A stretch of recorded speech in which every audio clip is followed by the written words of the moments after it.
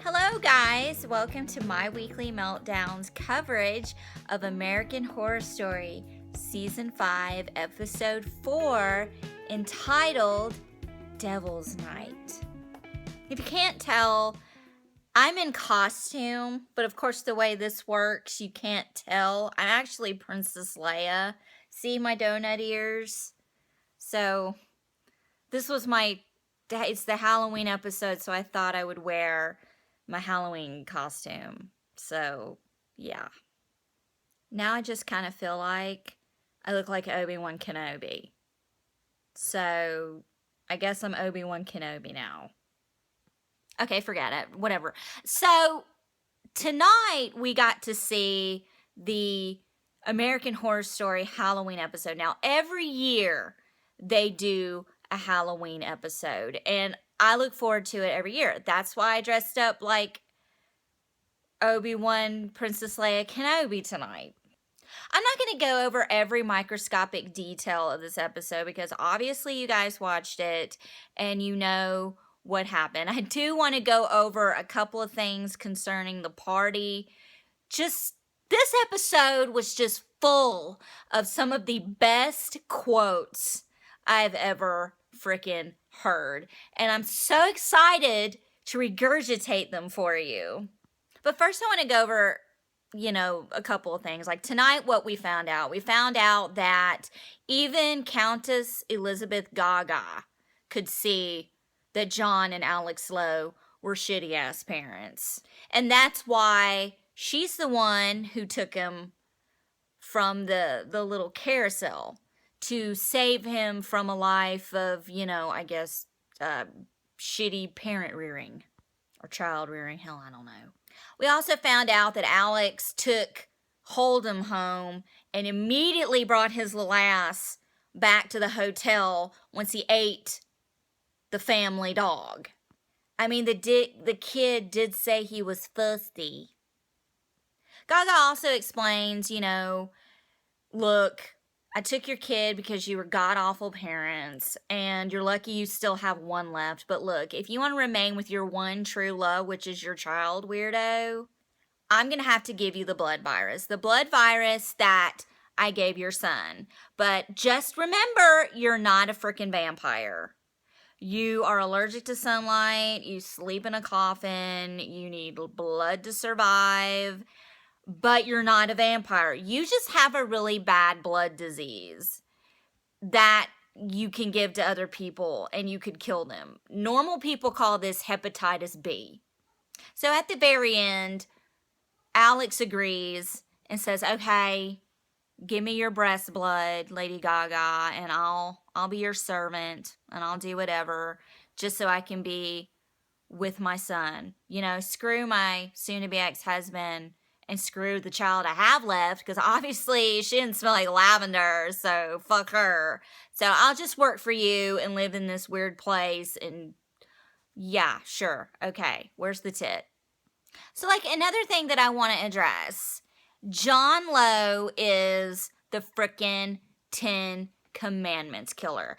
And I've been saying this since episode 1, people. This guy is the killer. I mean, why else would they have invited him to Devil's Night as an initiation of some kind? I mean, there's no excuses now. And in all the flashbacks, I think they're flashbacks, when he's in the police station and all that stuff's going on and he's investigating a crime scene, I'm fairly certain and secure in my theory that he's just he's having memories, he's remembering all these things. And even the little conversation he had with his daughter, who totally bailed on him for Halloween, I think was a memory. I don't think it's real. Well, it's real. It's just an old memory. It's not happening right now. And another thing is, all of the serial killers that are at their dinner party sit there and talk about how they had their one encounter with March and how it was like an intervention. Like, he was the first man to treat Eileen Wuornos like a human being. He beat the shit out of Ricky Ramirez to make sure that he understood that I may be leaving a pattern on your face, but as a killer, you can have no pattern. And apparently John Wayne Gacy, he was absent that day, which March does not find funny at all when he makes that comment. But I do believe that this is his intervention and all that. And you know, Jeffrey Dahmer, you know, March told him, you know, get into their minds, and Dahmer did it literally, and that's not really what he meant. But he did listen to him when it came to using battery acid to dispose of the bodies. So John's having a really effed up Halloween so far. Just forget, I'm gonna have to look ridiculous. So John is having a really messed up Halloween. His 9-year-old whatever daughter, Jessica Simpson Jr. has totally bailed on him to make cream pies with grandma. You know, he meets Hazel Evers upstairs and finds out that these two are kindred spirits. Oh my God, that bitch creeped me out. I can't even get, like, that's why she has to get the blood out of the sheets, because she put her son in some shitty costume in 1925 as a ghost, and he was kidnapped by the chicken coop serial killer, and all they found of the kid was the sheets with blood in it. So she is trying to get the blood out of the sheets because of that. And thanks to Andrew Diggs, who gave me a lot of information for tonight. Thanks you, sweetheart. The chicken coop killer is real. So you can Google that shit. That really happened. But anyway, John wakes up and there's blood coming down from the roof of his room. He immediately goes up to the room above, and it's Hazel Evers' room, and they talk about being kindred spirits. And she's like, well, it's Devil's Night. I got to bail. You know, we got a lot of picky people coming and all this stuff. And he's just dazed and confused. I think this is the beginning of him realizing something's not stirring in this Kool-Aid. What's going on? But he really is glazed and awkward. Like during this, everything is, oh, I'm so sorry that happened. Or things are getting really weird, aren't they? I mean, he's just very kind of sullen almost here. So this ends up driving him to the bar where he meets Liz Taylor. And he decides, you know what? My stupid ass soon-to-be ex-wife told me that I'm not an alcoholic, that it was just a control thing. And Liz Taylor's like, well, you know, control is just an illusion. So with that, he orders a double martini. And we meet we've already met Ricky Ramirez in the beginning, but we meet Eileen Wuornos. And these two hit it off really well. Liz Taylor tells Eileen that John Lowe is a cop, you know, and he's kind of a really shitty cop because he was just all up in a crime scene with blood coming out of the ceiling, and he didn't do anything. And I just want to point out once again, he wasn't wearing gloves. So Eileen and John are bonding, and it gets to the point where she grabs him by the shirt and says, when was the last time a girl turned you out? You don't know real screwing until you've been alone for an hour with a batshit crazy hooker. And what's his response? I got a room.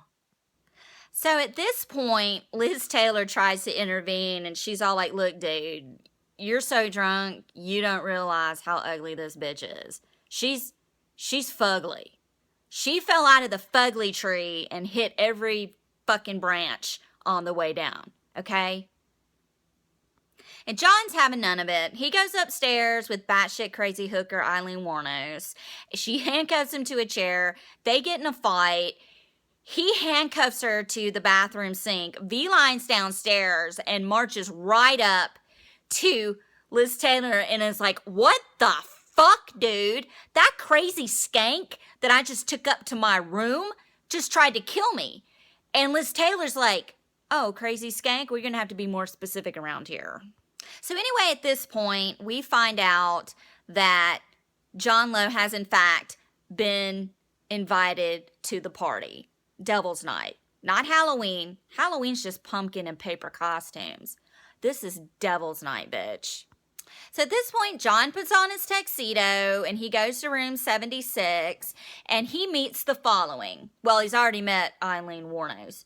James Wayne Gacy, you know who he is, a clown killer weirdo. Jeffrey Dahmer. If you don't know who Jeffrey Dahmer is, God help you. Ricky Ramirez, I actually had to look up. He was the Night Stalker. He terrorized LA and San Francisco from 1984 to 1985. He loved to hit people in the face with lamps, machetes, and hammers and all kinds of shit. And the Zodiac Killer. If you don't know who that is, go watch the movie Summer of Sam. Came out in 1999. And John Lowe, because you know what? He's the Ten Commandments killer.